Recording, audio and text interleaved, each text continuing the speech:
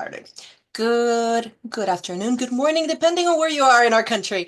It's so great to see you all here. Thank you so much for joining us for this webinar number 6, if I'm not mistaken on our webinar series from the Kaiser Permanente Center for Gun Violence Research and Education, powered by the Hobby. My name is Dr. Melissa Mercado, and I serve as Senior Director of the Center. It's really an honor to serve with this amazing team and a great group of collaborators, experts from the field, frontline workers, researchers, people that are really committed to stopping this firearm violence and firearm suicide epidemic in our country. Thank you so much for everybody here. Thank you for caring. Thank you for wanting to learn more about this topic. And today, our webinar is focused on not just a report, disseminating firearm violence research for impact. Next slide, please. First, for those that are new to our center, let me give a little bit of who we are. Well, you're here, you know that gun violence is a leading cause of premature death here in our country, in the United States. It claims more than 45,000 lives every year, and it's the leading cause of death among children and teens, according to the CDC, to the Centers for Disease Control and Prevention. At our center, at the Kaiser Permanente Center for Gun Violence Research and Education, we're focused on building a public health response to this epidemic that is grounded in equity, because we know that together, in collaboration with the Hobby, with the Health Alliance for Violence Intervention, we can transform the firearm violence research and education field, seeking a future that is free from firearm violence, where communities are the ones that lead the way. We are thrilled to have great experts joining us today to talk about how do we disseminate that research for impact. But before I pass it on to Ruth, to Dr. Ruth Baya, to introduce our speakers, next slide, please. I wanted to let you know about a resource that we have available on our website. This is our Prevention and Intervention Library. This is a curated online library that highlights evidence-informed, health-focused approaches to prevent firearm injuries. It provides strategies, examples of strategies that are connected to healthcare settings that promote the health and well-being of individuals, families, and communities. And they address the factors that increase that risk for firearm injury or death.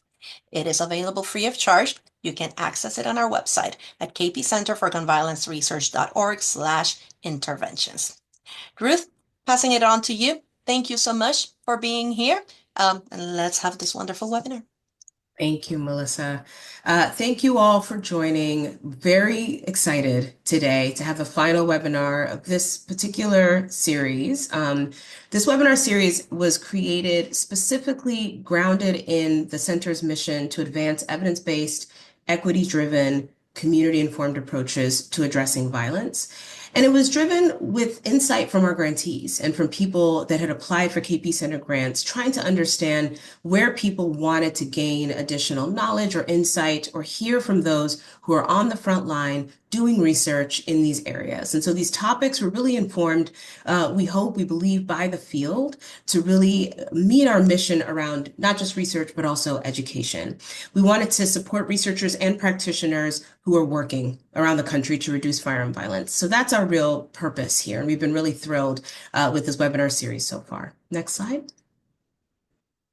So just to mention some of the topics that we've covered before, we started out with some conversations with prior grantees about their work, and we've talked about everything from how to navigate IRBs, how to do authentic community partnership and research, how to choose meaningful research questions, implementation science and its implications for research in violence prevention and firearm injury. And so this is really the perfect topic to close this series with, because we're going to talk about dissemination. Once you've done the work, once you've meaningfully engaged community in answering the questions that you've identified as the most important questions to advance the work of reducing violence, how do you get that back out there to communities and to those who can make meaningful decisions around your work? So really just great timing for us to be able to come back to the conversation with this topic.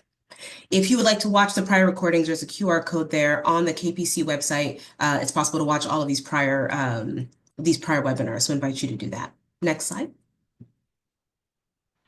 All right, so I am thrilled to introduce our wonderful speakers today. And I'm going to start with Dr. Shani Buggs, who's an associate professor with the Centers for Violence Prevention at the University of California, Davis Health.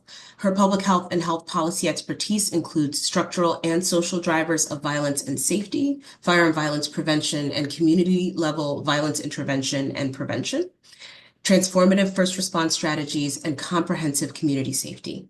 Dr. Buggs has secured federal, state, and private funding to lead research projects intended to reduce health disparities related to violence exposure, involvement, and survival. Striving to always center the experiences of those most impacted by interpersonal and structural violence, her research informs policies and practices to foster equity, safety, and well-being for all families and communities. Dr. Buggs is also the co-founder and advisory committee chair of the Black and Brown Collective for Community Solutions to Gun Violence, a multidisciplinary network organization committed to rigorous and equitable research in service of the prosperity of communities disproportionately impacted by violence. And Danté Johnson supports the National Community Strategies team at the Annie E. Casey Foundation with a focus on community violence. His work centers on advancing strategies for prevention and intervention and strengthening community capacity to lead and sustain these efforts. Committed to building safer, more resilient communities, he brings a deep dedication to equity and grassroots engagement in addressing the root causes of violence. Thank you both so much for being willing to be here. This is a very exciting topic for us. So I think we can go ahead and put the slides down. We're going to have a conversation here. Oh, actually, before we do that, sorry. One reminder for our listeners, we're going to have a Q&A session after this. We want you to go ahead and put your questions in the Q&A as you're listening. That's going to be open the whole time. We're going to start by having a conversation between Danté and Shani about their work and about their collaboration. And then we're going to open it up to all of you. So please put your questions in the Q&A. We'll give you another reminder later on, but wanted to give that prompt right now. All right. So Shani, I'm going to start with you, if that's okay. I would love to talk to you about what your motivation was for doing your research and just a little bit about the research that you've done. Yes, thank you. And thank you to the Kaiser Center, to Javi, to Ruth, all of you who are putting on the webinar series, and to everybody joining today.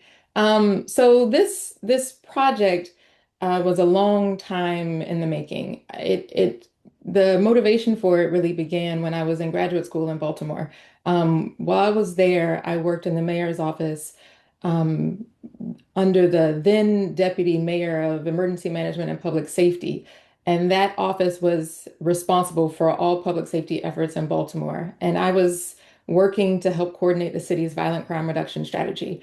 Fun fact, then council member Brandon Scott was the vice chair of the Public Safety Committee. So I got to know him well in that role. And I had the honor of meeting and connecting with many outreach workers, violence interrupters in Baltimore and beyond through that work. And I saw the richness of their knowledge and their expertise of violence in the city, but I also began to see disconnects between the research and policy and what those frontline workers were saying were drivers and mitigators of violence.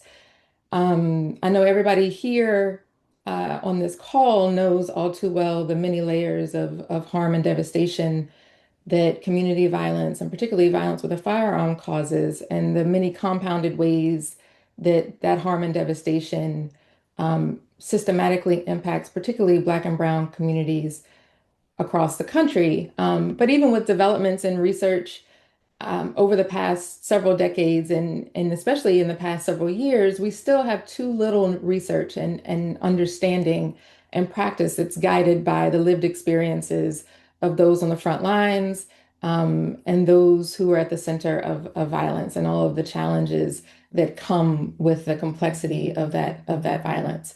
And so the study was really about harnessing the expertise of CVI professionals to better understand aggregate level experiences and needs of those at highest risk for violence involvement and how those experiences and needs have changed over time. Because recognizing that these frontline professionals are touching a number of different people with varied experiences. So there are obviously some common challenges, but then there's also variation. And so I wanted to get those aggregate level understand that aggregate level understanding from those frontline professionals, to better understand the resources and supports needed for workers and program clients and their families, to better understand which experiences and interventions are critical to helping individuals change their life trajectories, and to better understand the shortcomings and strengths of the programs and the approaches that are being used to engage those individuals and their families. Um, so, so with that history, the project was funded in 2020. Actually wrote the proposal right before COVID. And so it stretched quite a bit because of COVID. It was a Joyce Foundation funded project. So shout out to Nina Vinnick and Tim Daly and Luisa Alvarez for supporting the project over many years, through the many challenges of COVID. And it was actually my first independent research grant. So long time in the making, long, list of lessons learned along the way. The project was done and I wanted to do it in multiple cities to see how the similarities and differences of the perspectives of frontline workers, varied or didn't. Um, and so the cities were chosen based on my relationships with local CVI leaders and experts, with who had two particular strengths. Leaders who had connections with individuals on the ground who could, and so they could help me with recruitment to engage frontline professionals, and experts and leaders who themselves were connected to people who had influence, or who they themselves were people with influence, and so could help leverage the findings for policy recommendations or future actions. It was really, really important to me, with all of my research, and particularly with this project, that the research not just sit on a shelf, that it not just be done, and even just shared back with the community, which is important, but that it go somewhere, that it not just be research for research sake.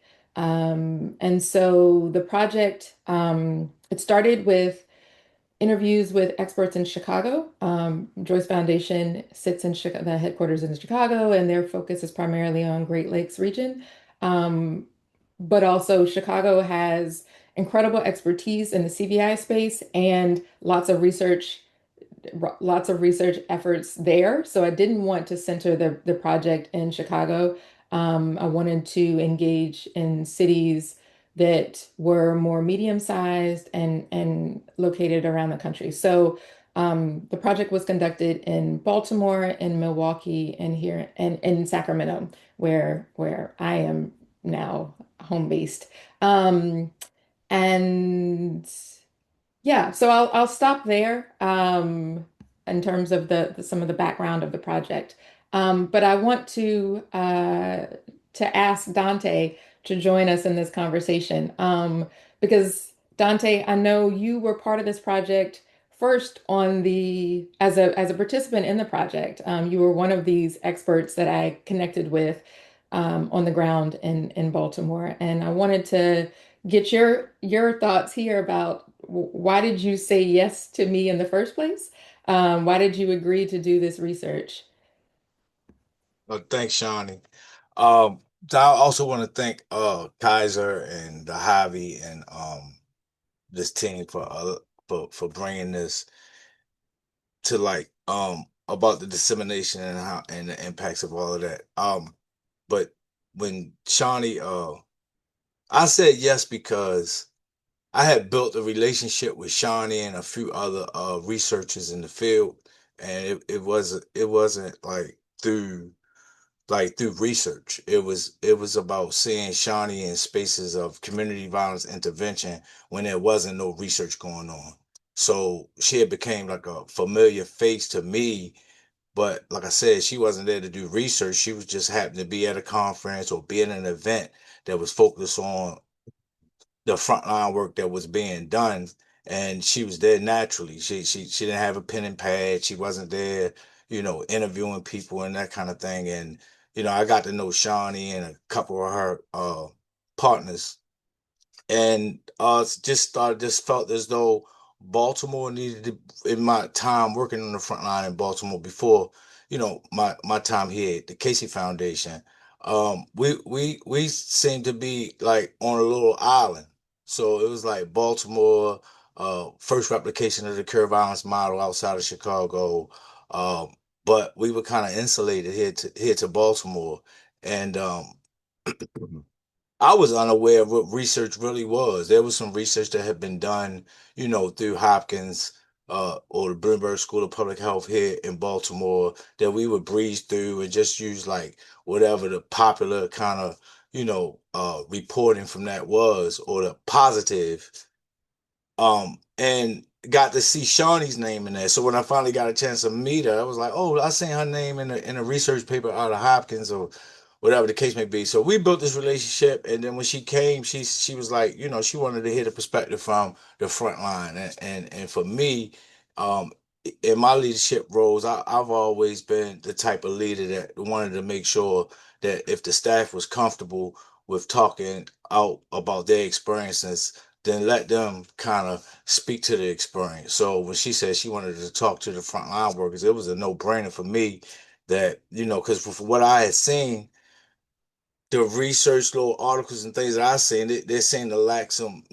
ethnic perspective, so to speak. So meeting Shani, she kind of checked a few of the boxes that I would have liked to have seen if we were going to kind of get a little vulnerable around research and understanding our perspectives and like just giving her a real honest understanding of the work that we're doing without being, without these fears around what are they using the research for? And and she was like a trusted messenger, from the research community. So I could take that back to the team, the community, the programs, or whomever, and say, we can trust Shawnee. You trust me, you can trust Shawnee. And it's just like the work, the work, CVI work is built around credibility and influence and things like that in the street. And if you lose that trust, then you really don't have no way in the space anymore. But I trusted Shawnee so much that I kind of banked on Shawnee was going to deliver a product, that was representative of the CVI workers' backgrounds, their experiences, and that they weren't being exploited. And she assured me that she would come back and share out the information with the participants who participated in it before she published it, and also talk around the importance of what the publications could bring to these programs, how it could be utilized for the benefit of the programs and things like that. So she was very open and upfront, and it wasn't just about benefiting her. And I always ask the challenging questions, no matter who it is. Shawnee, were you making some money off of this thing? Like, what is it? It has to be something more than you just wanting to get an understanding. And she assured me she just wanted to make sure that that the work stayed protected, and our voices was being heard. So I was grateful to take that request back to the people that I had some influence and credibility with, and assure them that this thing was going to be what it was supposed to be. Yeah, you said some really powerful things there, Dante, about a foundation of trust, not just for the work. It really mirrors the work of CVI, right? That's the foundation for the work, but it's also the foundation for the research. And that happens far before the point of dissemination. So I think what you elevated there is such a critical thing for our audience to capture. That foundation of trust is so important. You also elevated the importance of missing perspectives, that you already knew coming into this work that there were some missing perspectives and that there needed to be a goal to elevate them. That becomes relevant when we talk about disseminating what you found. So, really beautiful points that you both made about how to really meaningfully bridge that research to policy gap. Shani, I wonder if you could tell us a little bit about how the study actually unfolded and how you executed it. Yep. So, um, in 2022 and 2023, so again, COVID, so there were starts and stops in terms of the research process. But I, as the PI of the project, conducted semi-structured interviews and focus groups with a total of 45 CVI professionals in Milwaukee and Baltimore and Sacramento. In Baltimore, it was specifically 20 individuals across 6 different programs or models. And the conversations were audio recorded, and my team at UC Davis helped with transcript analysis and writing and interpretation. So shout out to my team at Davis, Amanda Abel, Dr. Asia Ivy, and Julia Lund, who really helped ensure that this project came to completion. And then as and we've participated in webinars. The Joyce Foundation had a webinar in April of last year, and my team participated and shared some of the preliminary findings, what we were learning from the project across all the cities. And then, as Dante said, it was really important to me, and I heard it from the participants, to go back to share, and that was always my goal. But then for Dante and others to really hold my feet to the fire and say, like, you said you were going to come back. And I did. And it was important to me to come back and share the findings before the final reports were published. And so I went back and shared the findings with participants who were part of the study, as well as with select leaders in the city. So in Baltimore, I presented the preliminary findings to the Mayor's Office of Neighborhood Safety and Engagement.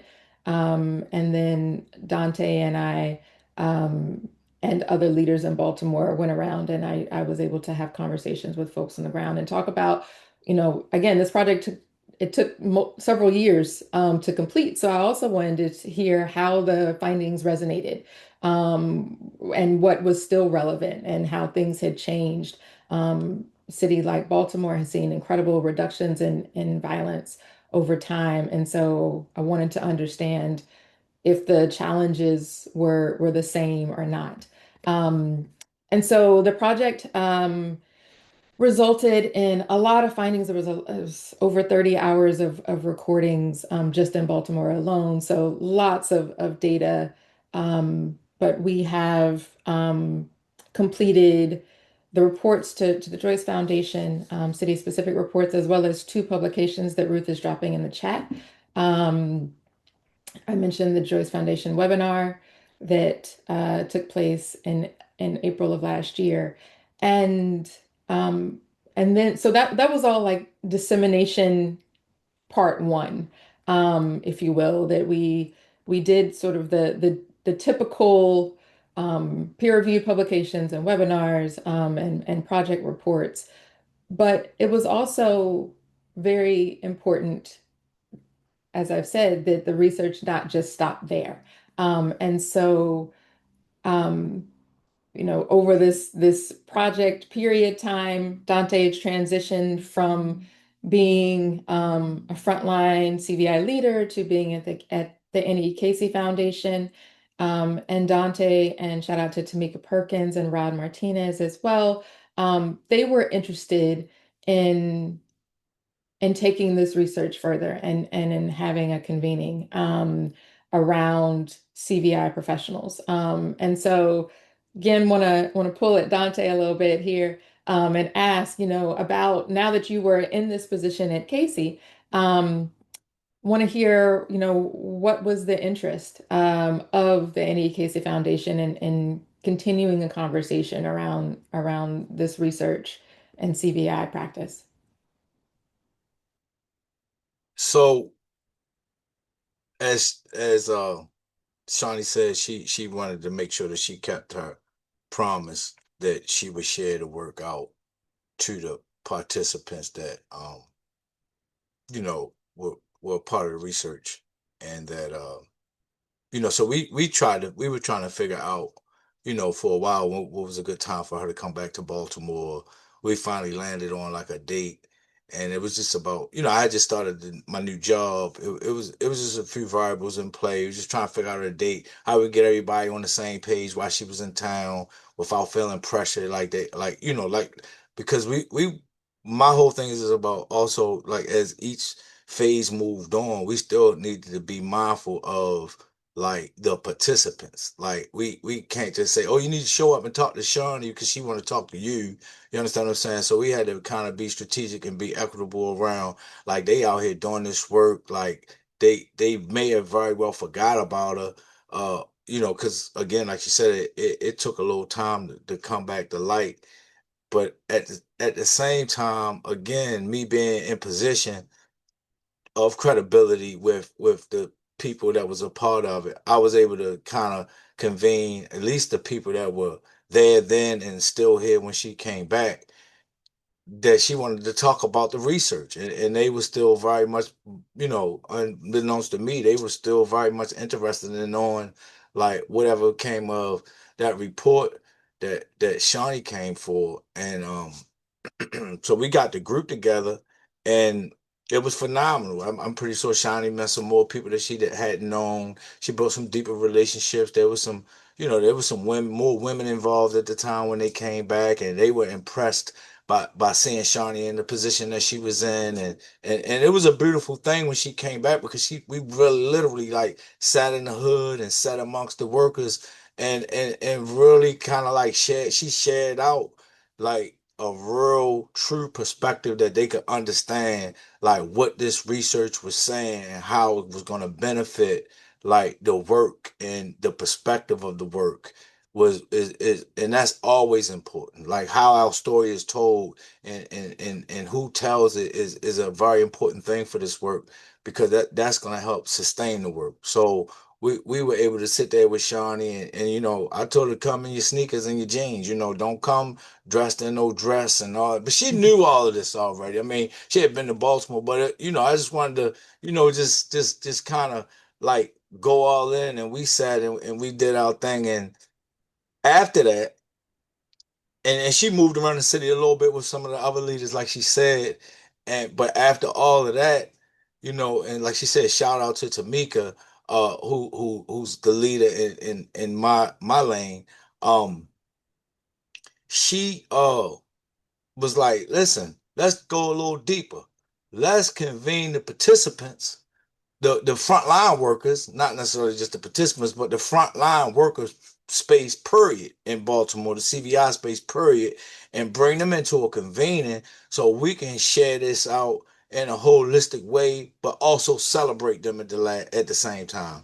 And as Shawnee said earlier, Rod Martinez was real adamant about, we need to make sure that it's a celebratory kind of convening, that they understand that their perspective, that their work, that the lives that were the people that we serving, that's the whole like ecosystem of everything that we all involved with, the service that we provide to the people, the lives that we trying to save. It's no CVI without any of that.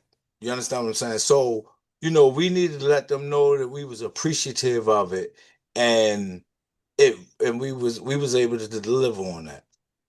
Yeah, yeah. So we had a 2-day convening, and I brought in Dr. Jocelyn Fontaine and the Black and Brown Collective to help facilitate and host the convening with me and with Annie E. Casey Foundation, because there, Dr. Jocelyn Fontaine is a superb facilitator of community meetings, and bringing folks across different sectors together and bringing people into the conversation. It was really important, as Dante said, that this was a celebration of CVI in Baltimore, and we wanted the frontline workers to um, not just come and listen and be talked at. We wanted them to feel valued, feel seen, be engaged in the process, and in the conversation.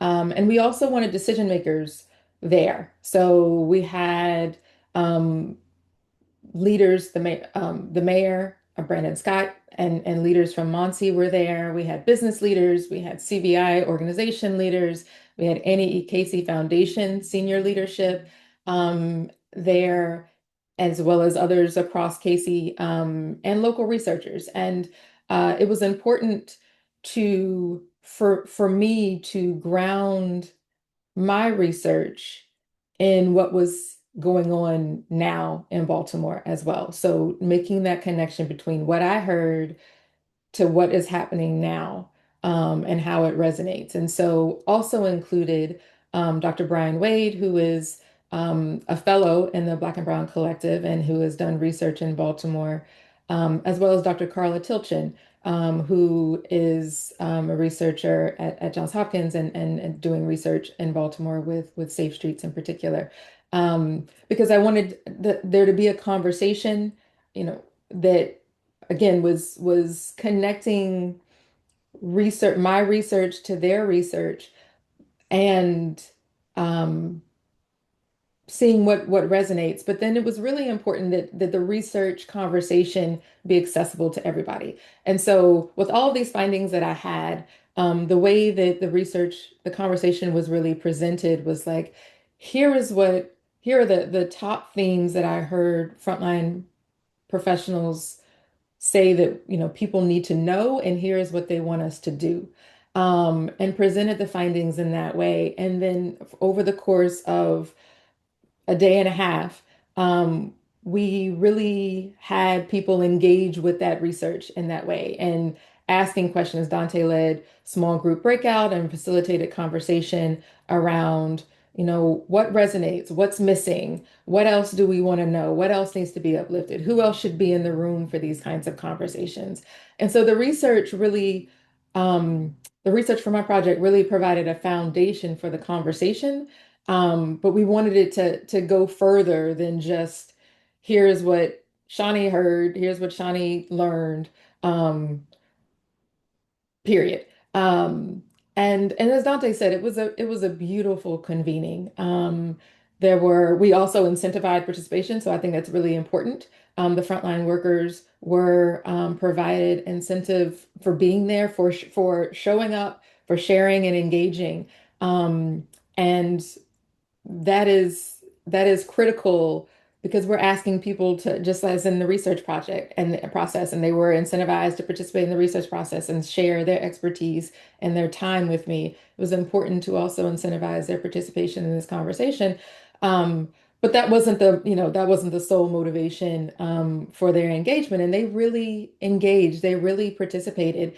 And one of the two most beautiful things that I saw come out of that convening um, were that relationships were forged in the room. You saw people, CVI leaders across the city say, I want to work, we're going to get together, we're going to connect. So it provided an opportunity for folks to hear each other and to learn more about the work that they're doing. And they're working in the city, same city, you know each other, but this was an opportunity for them to hear about what they do and about what they're seeing differently than the ways that they normally would engage, which is, they don't have this opportunity often to come together in a room and talk about their work, um, like they did at this convening. The other thing that really stood out to me was that the leaders were so engaged, and the leadership said, "We hear things differently. We want to do more. We want to go further." And Dante, I'll just throw it to you if you want to add anything particularly around like what you saw, what you heard about related to, yeah, commitments that were made and where things, may continue from that convening. Yeah. Um, I want to give a big shout out to our senior leadership here at the Annie E. Casey Foundation as well for showing up and being involved. Tamika and I, many of you probably know Tamika already, but we dedicated to the work already. You understand what I'm saying? And Tamika has been able to over the last few years really drive home to Annie E. Casey how important supporting the community violence intervention work around the country, how important that work is and how many lives it saves. Um, but our senior leadership team, from our president to our vice presidents to they showed up and was in community with us, and they made themselves available to, the frontline workers, the program leaders, and and giving and being thought partners around different conversations that were had. a lot of the frontline workers, they have their own idea around, they're doing their own research around the work that's being happening, and how can they get funding for that, or what's best practices to get into a space where we can get funding, but those conversations were being had holistically, and they weren't, and our leadership wasn't shy, like passing out their email addresses or trying to misdirect people. It was like a really like a homecoming for what's to come in Baltimore. And Baltimore's experienced a great reduction in violence prevent I mean in homicides and shootings. But all at the same time, it kind of spawned more of, like Shani said, more of a collective and a collaborative feel amongst all of the workers that was in the room and the programs in the room. And I mean, even to the point where there was someone that came out and was like, well, I just created on like one of these Google worksheets how we can all kind of sign in now and sign up, like to meet again, so that we can continue this conversation more deeply around how do we stay connected, and how do we kind of make sure that we not. I think one of the things was making sure that like groups wasn't like over serving like a particular person or population. Like if one group did one thing, then it didn't take all of the groups to do the same thing for the same people, for the same person, so to speak. So it was those types of things that holistically came from this. Like you said, we was here to celebrate, but these groups, they working right now. You understand what I'm saying? They out in the community right now as we speak, mediating conflict, looking for issues that's happening in our community. This was the time for them to come and meet the other groups, like now not necessarily in the same organizations, but from different organizations, and realize that, oh, you're doing similar work, we're doing the same thing. Like we really need to link up. And Baltimore doesn't have that. I mean, on the like, you know, it may seem like that because like violence is down so much, but we don't have that linkage system where the organizations are really linked up, and it was good to see that these groups that look like there's this potentiality for um cohesion and partnership as we move forward into a new area, keeping this violence down in our city. I think it's incredible the table that you were able to set, and the diversity of perspectives and points of view that were present for this dissemination effort. It really is a very novel way to talk about research and try to bring it back to what its original intent was. And something that I heard you both kind of mention was that this was not the end of a conversation. We did research and then we ended it with dissemination. This almost was the beginning of a conversation where you did research and it created an opportunity to figure out where you needed to go next. Again, from a variety of perspectives, which is, I think, a really insightful opportunity that dissemination affords. Now we can start a new conversation about where the science needs to go, where the practice needs to go from here. So an incredible opportunity for people to learn from how do you bring the conversation back to the stakeholders who need to hear it most. So Absolutely. And I just want to yes, please, just Shani. again also just one more time for Annie Casey Foundation, because they not only provided the support and the location and the hosting of this convening, but were intentional about, because of their relationships in Baltimore, they also helped to curate the list of invitees. Dante and Tamika and Dr. Martinez were really intentional about connecting, because you know, was in Baltimore for 6 years, continued to have relationships in Baltimore, and I'm not there now. And so it was really important for their perspectives and their relationships to help make sure that the right diversity of people were in the room. And also shout out again to the Joyce Foundation, because Luisa Alvarez was my program officer. She came to the convening. She was there. So that the cross funder collaboration or the cross funder support for research projects helped to keep this going. And that was really, really inspiring and important to make sure that, to your point, that the dissemination didn't just stop with the research project and the publications, but that it continues. it continues forward. So thank you. Yeah, you guys are getting lots of love and emojis from the audience. So this is really resonating, and I'm deeply appreciative of just your collaboration through this process and how you're able to convey that all to us. So I want to give people a reminder to put your questions in the Q&A. We're going to transition to some questions, and we definitely want to welcome all of your questions and insights and comments as well. So with that, I wanted to ask you both, and you both alluded to this. What's the role of dissemination in research? And we've been talking about how you did it, but there's some ways that are maybe typical that people pursue dissemination, and how what are those ways, and how might an ideal method contrast to the typical ways of dissemination? Yeah. I think, for academic researchers, our dissemination efforts are primarily through scientific conferences and peer-reviewed publications. That is how we are um, incentivized through the academic environment. And that is not enough. And a lot for a number of different reasons. So to me, dissemination, it is about, sharing the findings and ensuring that um, people who can use the findings have the findings and understand the findings. But it's also about I think should be about validating the findings, confirming the findings. Do these findings resonate? Dissemination has, if it's done wrong, if research is done wrong, if dissemination is done wrong, it can cause harm. And so ensuring that there is real understanding of the findings, and did we get it right? Does it resonate? How does it work? And then, engaging dissemination, as we've talked about, is an opportunity, can be an opportunity to engage, to have different people engage with the research who wouldn't normally pick up a peer-reviewed publication, be at a scientific conference, even read a report. You have the ability to provide the research, to present it in a way that's accessible to everybody. Um, and then activating.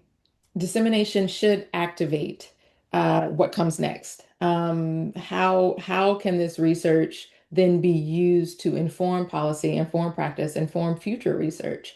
Um, and so I think it's we as researchers, as academicians, there is an opportunity. We need to continue to push the institutional incentives if we want research to really be utilized in a way that is furthering activity, furthering policy and practice, rather than just being circulated amongst other scientists.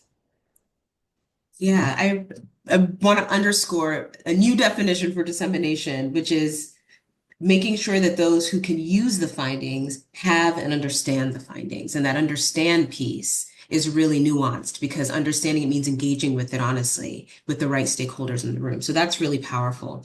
And Dante, I'm curious now, with a little bit of hindsight, right now that this convening is behind you, if you have thoughts on what role dissemination can play, what things it might have unlocked that you've seen as a result of bringing those stakeholders together. Well, I I do want to kind of jump in on that last question that you gave, Sean, even though I'm not a Yes, researcher, please. I'm a little old program associate head, Annie E. Casey Foundation.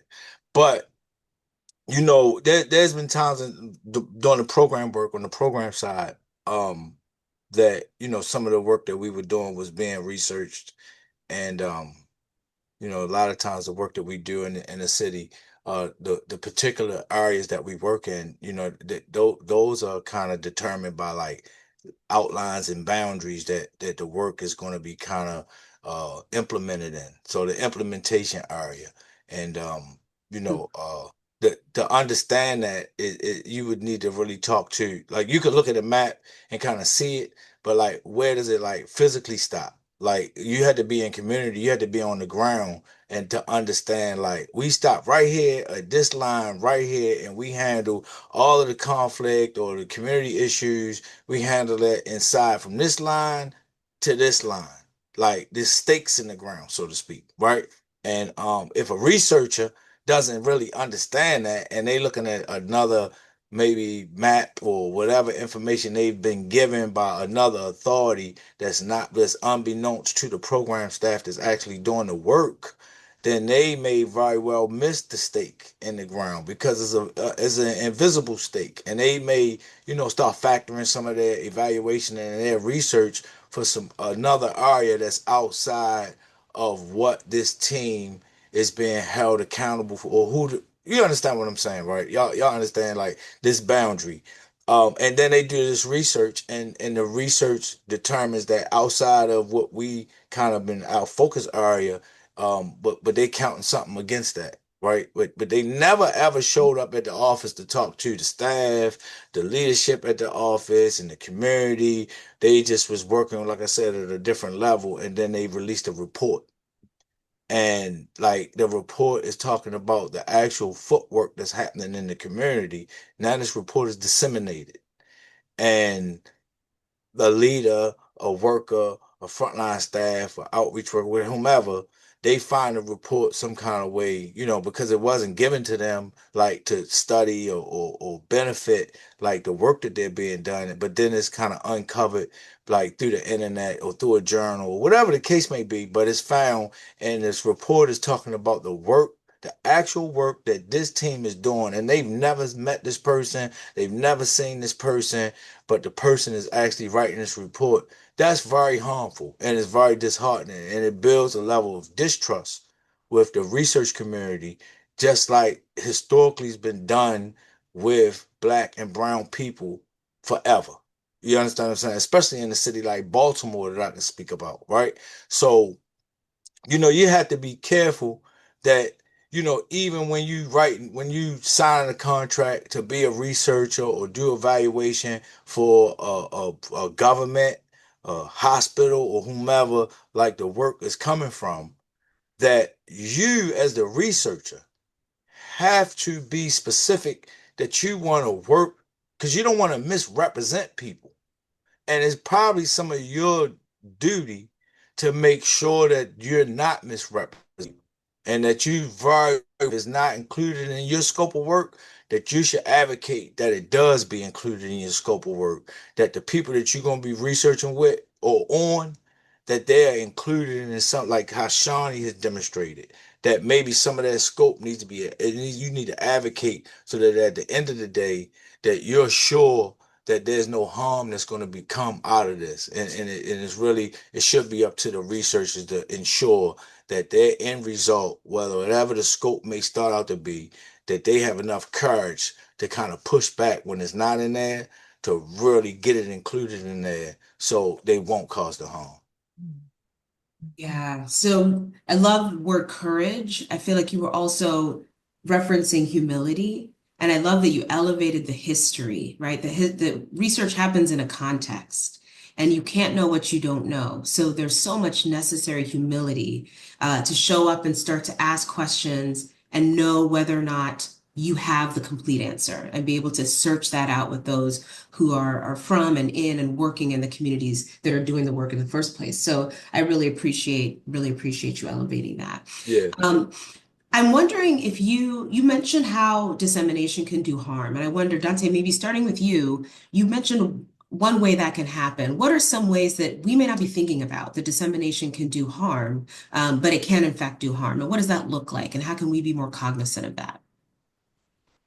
Well, the research is I mean, this is, like I said, of course, it's my perspective, but like from this perspective, the research is the research. Like there's going to be researchers like that's supported by whatever is like the underlying mission. Like some organization has some money somewhere to do some research on a thing, and they want to pay somebody to do the research. They have a agenda at the end of the day to produce something that's either going to support a thing or not support the thing, right?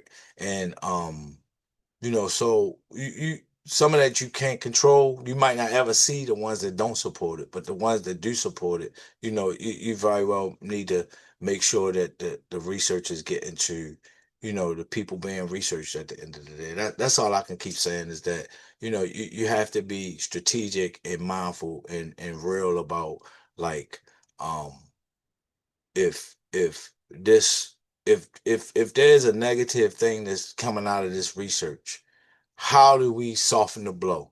How do we maybe convene or coach or talk through this thing so that it doesn't disrupt, like, the hard work that's being done? Because a lot of the times the workers and the programs that's doing this work, their whole intention is to do the work. You understand what I'm saying? Now, if it doesn't align with the norm, or what the researchers determine is the way that it should be done, but like, so you have to be kind of like understand what's rooted in community, like if it's really working or not. You understand? Some of them don't have the capacity to keep good notes or have a database or have this or have that, but they've actually saved a lot of lives. You understand what I'm saying? But now you reporting out, oh, they don't have a database, they don't have this, they don't do it this way, they're not following this model, they're not doing this, and now you put out a report that's negative, and bam, it's making them look bad when all in all, they've really saved lives. So you just have to be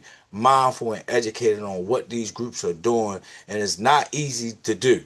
You really have to entrench yourself into these communities where you claim you're doing real research at. Yeah, I just underscoring some things that Dante said. The a main way to do harm is to write a report about people and the people don't know what you're doing, right? Like, how offensive is that? And we know that the research findings aren't always favorable, as Dante said. And so understanding the context of the research, understanding the limitations of the research, and all of the fancy statistical, analytical practices that we have, there are limitations, there are biases, there are things that the research can and cannot tell us. And it's important for the people who are part of the research, who are being studied, um, to have a say in what is being talked about them, right? And to understand, to have that, the relationship is so important to have with the people who are being included in the research study, so that the researchers can have the context and better awareness about, Dante talked about those boundaries. That's a great example of how we will, as researchers will utilize maps or boundaries, and because of the ways that we are trying to do statistical analyses, and those boundaries may not align with the realities on the ground, with the actual practices. If we don't get that right, as researchers, if we don't, and there may not be always be a way to perfectly align what we're studying with what's going on the ground, but we need to know that, we need to understand that, and the way that we, um, as researchers, can be better and sharper is by that relationship, that yeah, connection to the work and to the workers, and so that we should also be sharing the findings back before it comes out in a report. um, Positive or negative or neutral findings, we should be having the conversations with the people who are involved. And it's not that we are tailoring, the report, um, and cherry picking results, but we should be talking about what we can and cannot understand from the work and what needs to happen, um, in order for there to be stronger results in the future, sharper research in the future, etc. Really appreciate that.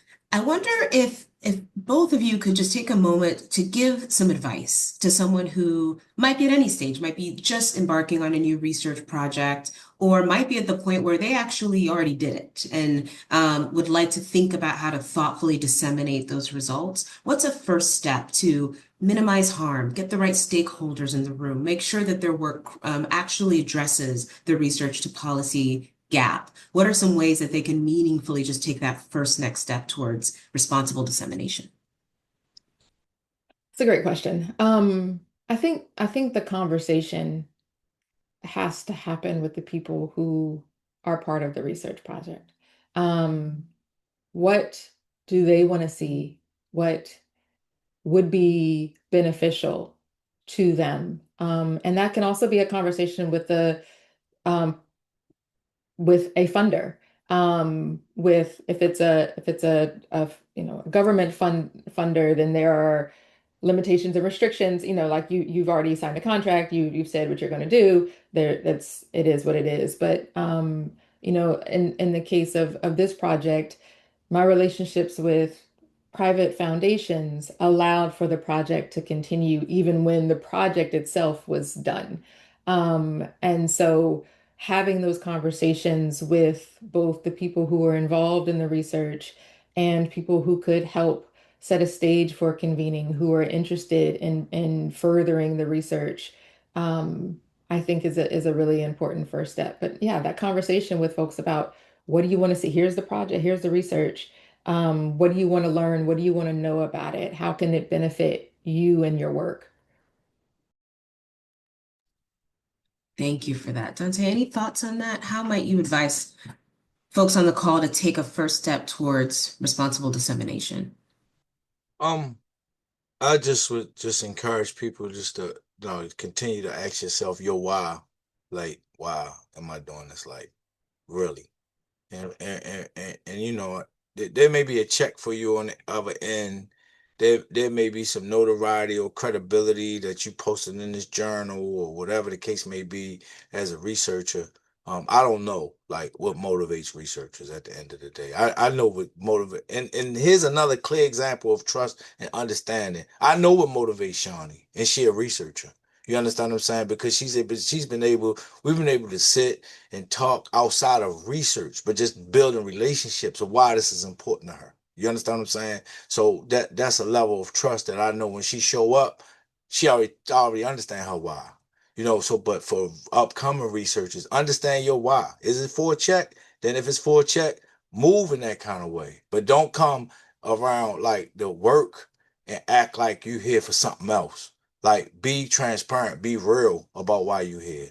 And whatever that why is, just stick to that. Don't try to fake us out because you know, like most people know, the people that's doing this work, we some of the most sociable people because we have to be. Like the dynamics of the inner city, the ghetto, the community that's been underserved, like we have to know how to navigate and understand who trying to trick us out of our spot, who trying to do this and who trying to do that to us. So you're gonna get exposed anyway, if you're not being real. So just if you're gonna show up in this space and work with these partners that's doing this work and saving lives, then be real about why you here. If you're here to help us save some lives, then show up in that way and tell the truth about why you're here. If you're here because I got a grant and I'm trying to do this, just show up and say, listen, I got this grant. I'm trying to get us some information and this is what I need and bam, bam, bam, and get out of here. But if you really trying to help us understand how we can maybe save a few more lives, then come with that. I know we're out of time. I just want to say on this call, thank you to Dante, Yes. for trusting in me, for being on this journey with me, and I learn every single time he opens his mouth. So just thank you, Dante. Yeah, your closing words, Dante, are just couldn't have ended this conversation any better than the thoughts that you both shared at the end there. So I'm so appreciative of your time and your wisdom today. I want to note we have two fantastic questions in the chat. I want to say to both of you, we're going to respond to you offline. Thank you so much for offering up those questions. This has been an amazing conversation. We're so excited to plan version 2.0 of this webinar series and bring these conversations back to the group. I want to thank Dr. Tom Simon, who's been my partner in developing and building this idea and getting these webinars out into the field. I'm so appreciative that I get to just work with phenomenal people like all of you on the call. So thank you so much. Thank you all of you for attending. Thank you for your time this afternoon. I will see you soon.